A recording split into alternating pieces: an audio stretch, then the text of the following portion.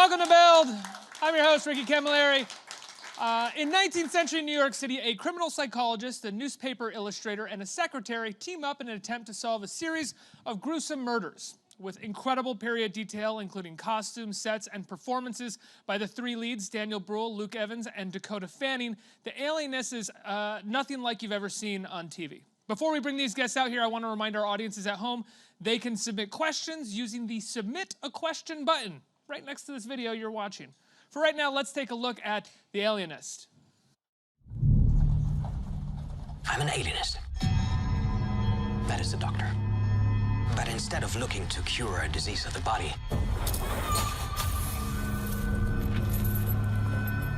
I look to help those who are suffering from an illness of the mind. Sometimes society looks upon people as crazy. It may only mean that they're alienated from their own true natures.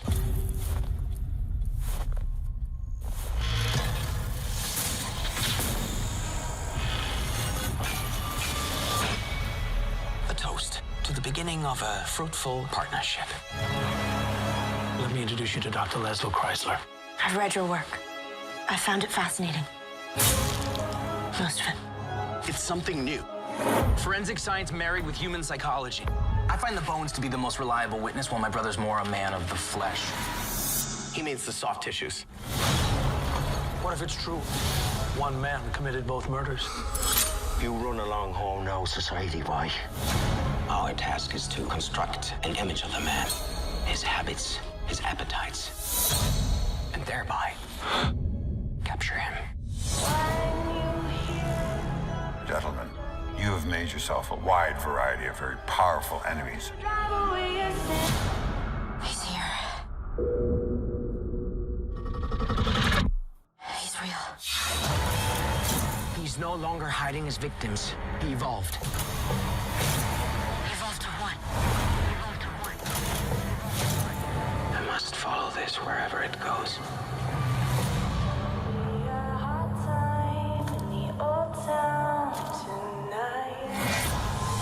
Everybody, please welcome the stars of The Alienist, Luke Evans, Dakota Fanning, and Daniel Brühl.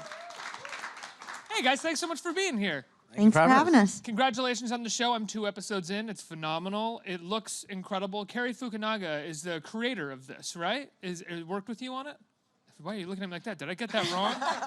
He was involved in the beginning and Okay. it's gone through other incarnations, but he's an executive producer still on the show. Either way, it looks amazing, no matter who took part in the beginning of this show. Talk about the set and what it looked like, what it felt like working on this set. It was incredible. I mean, when I heard about the project and when I got the call that I was offered the part, I couldn't believe my luck because, first of all, I loved the project, I loved my part, and I wanted to move to New York with my wife. So then I got the call from my agent, and he said, well, it's good and bad news, you got the part, but it's Budapest. It's not New York. And I said, like, oh, wow. So they're going to recreate New York in Budapest. And I didn't know the city before, but the second I arrived there, I understood why, because well, first of all, the backlot that they built was incredible. I mean, it's half of New York rebuilt in the year 1896. But then also the other architecture in Budapest was so grand that it was perfect for our purposes in recreating, especially upper class New York. It was fascinating. How much of it are you guys shooting in front of like green screens and recreating as much of the background as possible? How much is that really just all around Budapest in your backlot? It's pretty much all the buildings are actually there. The things that are green screen are the landscapes and the deep background, but everything immediate was actually built. It's unbelievable the way the sets looked, well, the way that they look and the way that they looked in person. It was some of the most beautiful sets I've ever worked on for real. So it was, and I think it shows.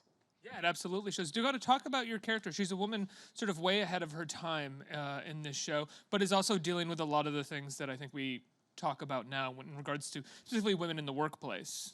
Totally, yeah. I play Sara Howard, who's the first female to work for the New York Police Department. She's the secretary to the police commissioner, and she has aspirations to be a detective, to be more than just a secretary, even though that was a huge feat in 1896. But yeah, I think that it's unfortunately, I think part of her storyline is very relevant to the conversations that we're having now. In the first episode, there's a scene that could mirror a story, told by a woman in 2017 that takes place in 1896 of her interactions with her male coworkers at the police department. And so you get to see her navigate that and balance this sort of tough facade and strength that she has to have to get through her days, and also the vulnerability that she feels at home when she sort of takes that mask off. And such a part of the show is, we're finding this serial killer, but in order to find the serial killer, we each have to kind of confront our past and our own traumas to be able to get inside his mind. So there was so many layers to Sara and so much to explore, and 10 hours to do it, which is something I've never had the luxury of. So it was exciting on many levels. Look, what I love about your character is that, I mean, you're a big guy. You could be an action star, but your character is like an illustrator in this. And it's such an unlikely trio of people coming together who almost shouldn't be trying to find a killer. Yeah, I mean, it was also one of the reasons why I was drawn to the character, because it's playing against type for me to play a sort of this slightly delicate, very sensitive, hopeless romantic who has many of his own issues and addictions, and is a little lost.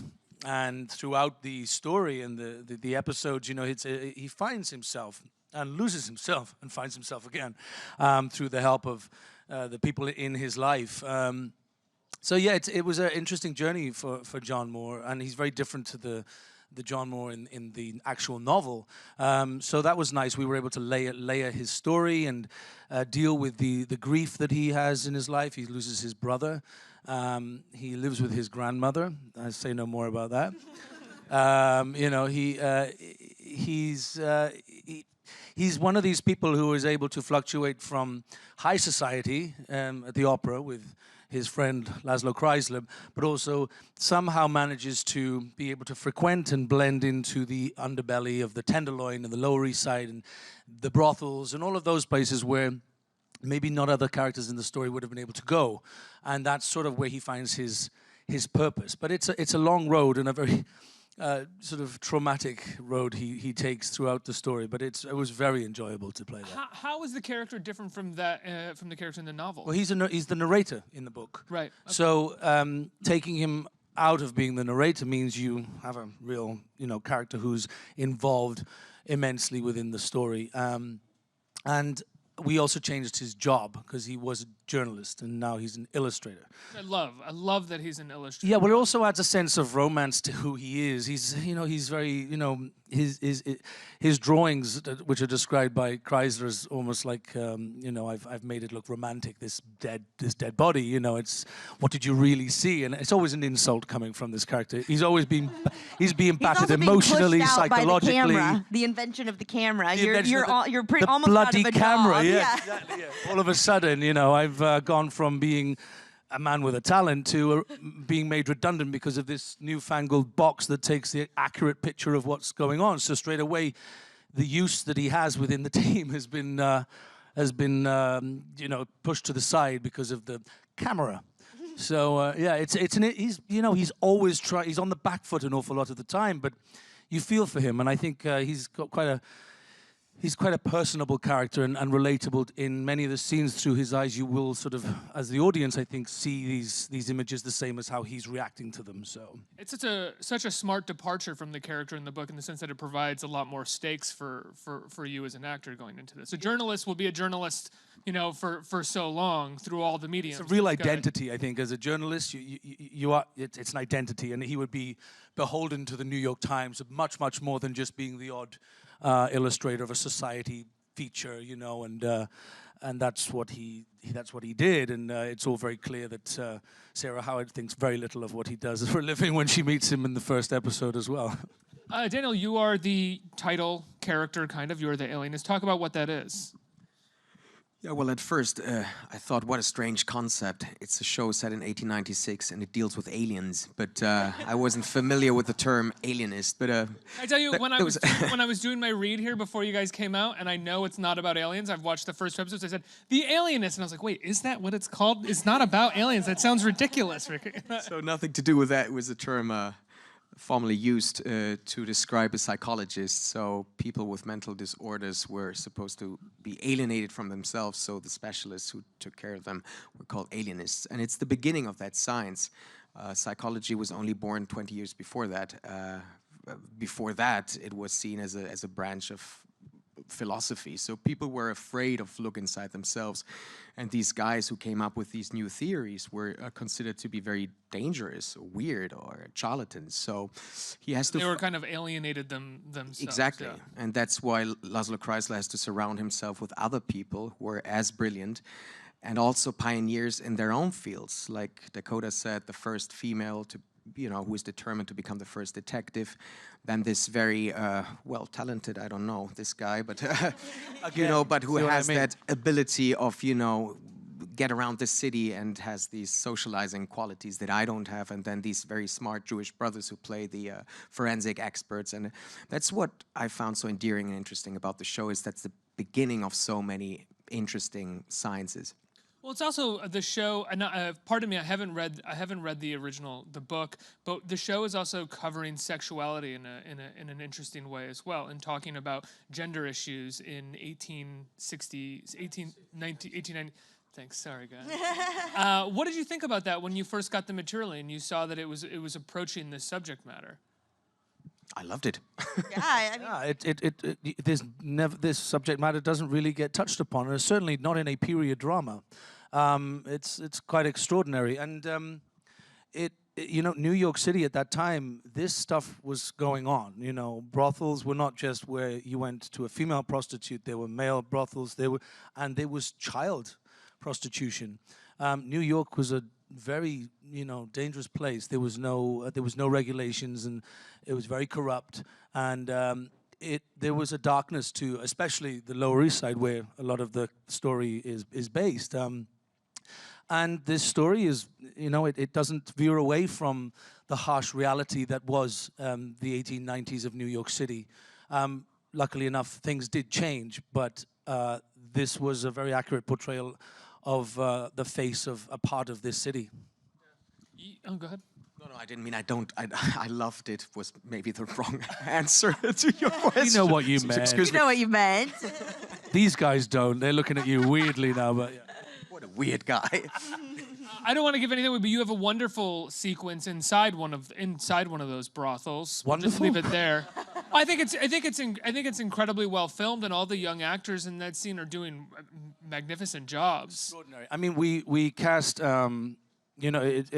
Because of the subject matter, it's extremely dark. But they scoured the world for young actors who were brave enough and understood the subject matter to be able to, deal with playing these young prostitutes. And we brought an incredible group of young men and teenagers, young boys, who just delivered what is some of the most compelling sequences within the whole story. They also, many of them, become very strong story plot lines within the. And one definitely affects my character immensely throughout the show.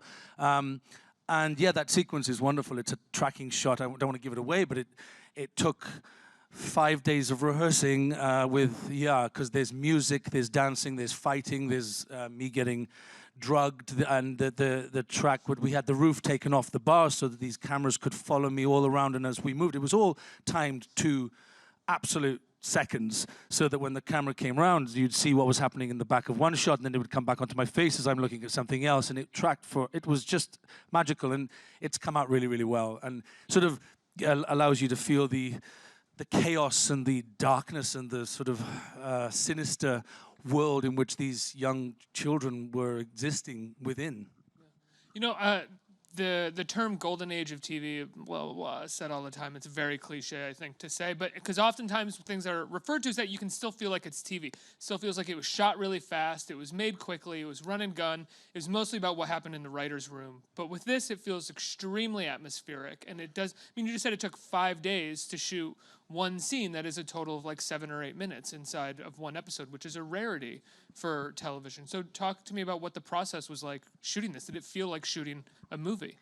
It did. I mean, we were in Budapest from March to September of last year, so it was over 6 months by the end, and that's like 2 or 3 films nowadays. You know, movies can be made in 7 weeks, you know, so it was the first time in a long time for me filming something for that long. And we started at the beginning kind of just working on the first 3 episodes. They're all directed by Jakob Verbruggen, and I would like to apologize to Jakob Verbruggen for saying Cary Fukunaga earlier. oh, that's okay. Is that who you meant?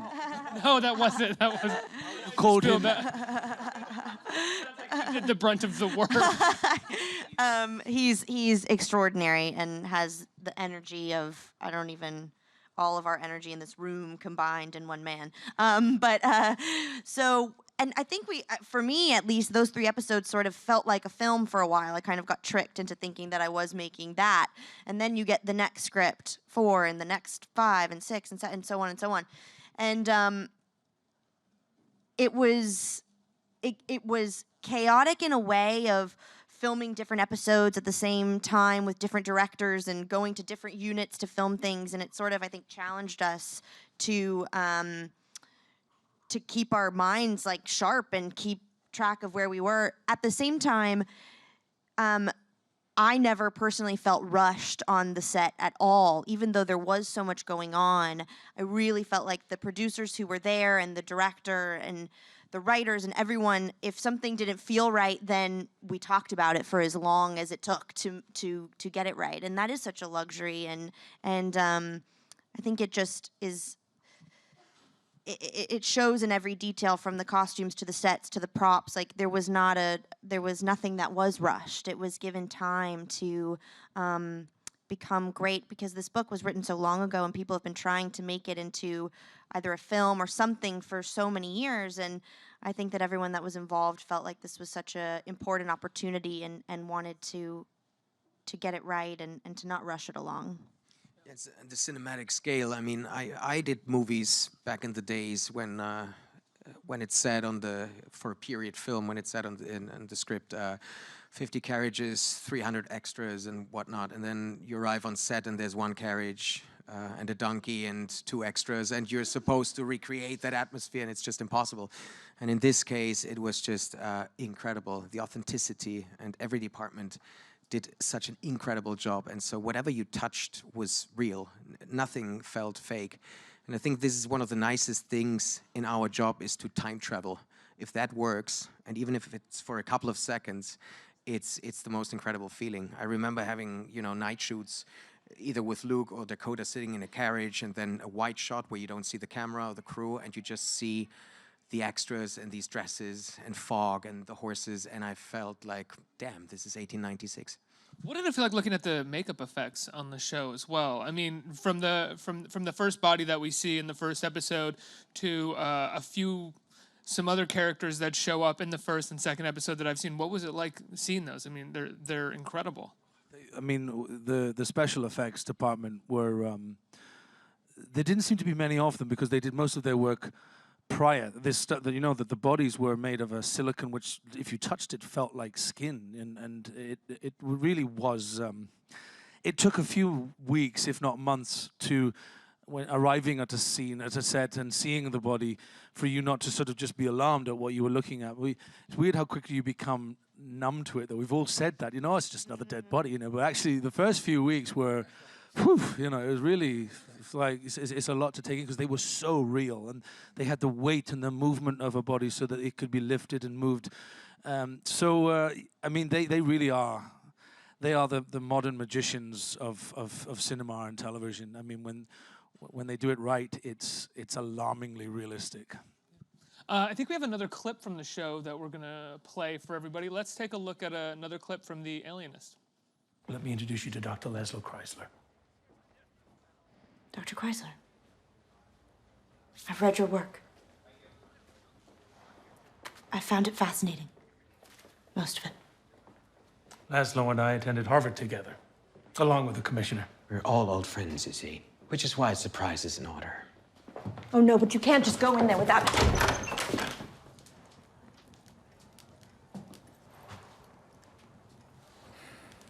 Hello, my friend.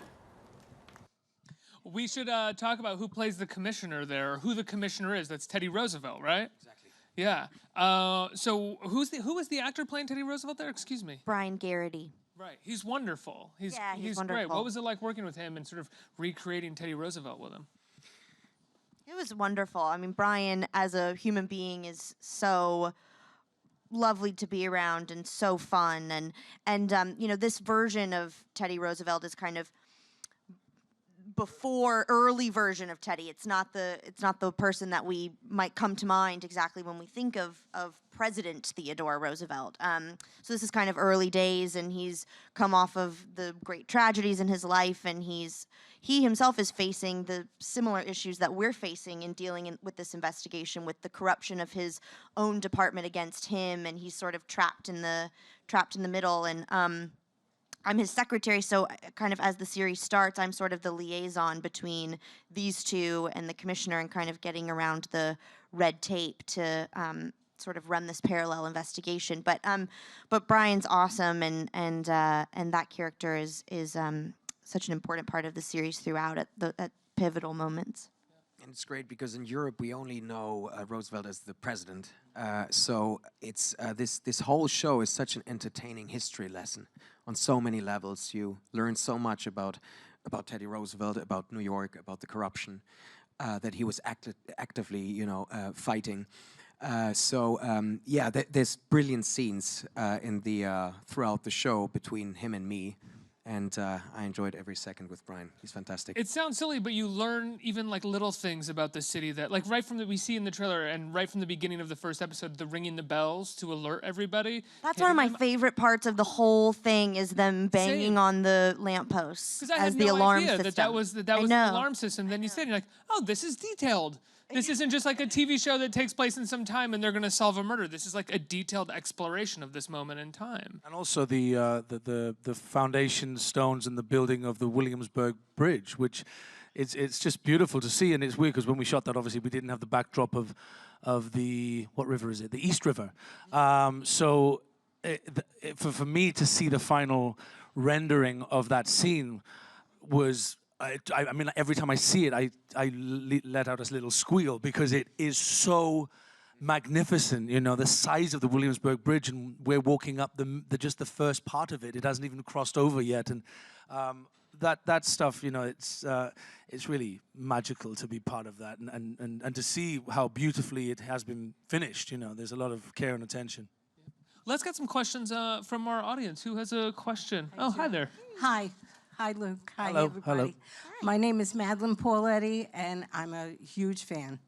You've got my dashing elf jumper on there, is it? Yes, very I nice. absolutely do. This is donated to Save the Children charity, Yes, so I well did. done. Thank you very Yes, much. I did, and I also donate to the Prince's Trust. Ah, amazing. Yes, yes. You can stay. Oh, thank you, Luke. The rest of you should feel terrible about yourselves. Thank you. Thank you. No, there's another one over there. Right, okay. Anyway, sorry, I'll let you answer your question. No, I was so nervous. Luke, you've played many characters throughout the centuries, different characters. What century was the hardest to play, and why? And how many accents do you do? None very well. Great. Well, I'd say that this one was extremely specific because it wasn't just an accent, but it was about our class. And there were certain affectations to our speech patterns and the way we pronounce certain words, which you were really, really good at. You were really good at, and I would keep you're having good to at it remind too. myself No, you're good of at doing it because it was the WH is we pushed air through it, so it's where, you know, which is a very specific thing, and you'll hear it throughout the whole show, but only with certain class like the classes within the society. So that was something that we really focused on a lot, and finding the sort of the similar parallels between the way we sounded, because we sound different to other people within the show. So I would say this one was intense. We also had a dialect coach there for the 6 months, you know, to make sure that we stayed on track and that we really kept the, you know, the same sound, because it's very easy when you do something for 6 months to veer off and sound a little Welsh or something. You know? So yeah, I think this one probably was up there, one of the most difficult. Yeah, yeah. I do Welsh very well. Next question. Hi guys. There's a lot of different outfits that's going on here. Which one was your favorite? Are you asking me? My No, favorite? I mean all of you. all. Like, Well, this is only the tip of the iceberg, let me tell you, with regards to the costumes. That was one of the departments that was, I mean, they all were, but Michael Kaplan's the costume designer, and he is, you should look him up and you'll understand. He's extremely talented and very prestigious and acclaimed, and he, not just our costumes, he handpicked and dressed each extra that you see on the entire show. And that is not an exaggeration. That is not a joke. He did that for everyone. But I have some amazing costumes. I really do. There's a dress. There's a dress in the second episode that we have a scene in Delmonico's, the restaurant, and that was kind of the first fancy dress that I got to wear throughout the season. One of only a few, so that one I loved. And then I love that work outfit that I meet them for the first time with the huge sleeves. It's to walk sideways through doors. They're really meeting the sleeves, and then I'm somewhere nestled in between the two, you know, puffs. I remember wearing some wonderful pajamas. They were the most comfortable.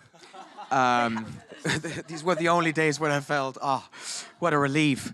Wonderful slippers with Laszlo Chrysler on it. No, I loved all the costumes. In fact, there is a coat that I loved with a massive fur that we just saw in that scene. This is just wonderful. I remember when I was watching that scene and the coat came out, I went, what is he wearing? Next question. Hi, over here. So I'm here to ask you a question. What is the best advice that you ever got? I'm working on a TV pilot right now. So what is the best advice? What is the best advice you ever got? Liam Neeson once said to me on it was my first movie, and my first scene was with Liam Neeson. I was terrified. What movie? It was Clash of the Titans. Right. And he played my dad, Zeus. As you do. And I remember him saying to me, you won't understand this now, but as your career goes on, you'll realize actors, we try and guide our careers, but often things just appear and you go, think about this. I mean, this was one of these things at television. I was like, not so sure. And then this is where I went, and it was fantastic. But he said, you will learn as an actor that the only power you have is to say no. Sometimes is just to say, I'm not going to do this job, or I'm not going to go there, I'm not, whatever. And I didn't really understand what he meant, really, because I was saying yes to anything that was given. But I do understand what he means now, because that's the power you have, and by saying no sometimes allows you to be, something else might turn up on your plate. So it's not always the right decision to say no, but I think it's an interesting tool to have as an actor, because once you've said yes, that's it, your life is not yours anymore. I got some precious advice from an actress called Dakota Fanning. Didn't we all?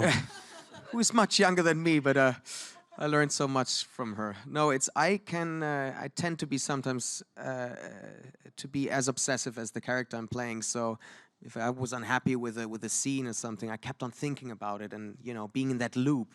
And then Dakota said, stop that negativity, keep the energy and just look forward to the next scene and enjoy the wonderful time we're having in Budapest. And she was so right. She's a very clever lady, really. She taught us a lot. I always need 7 takes on a close-up. The directors were always happy after the first one she did.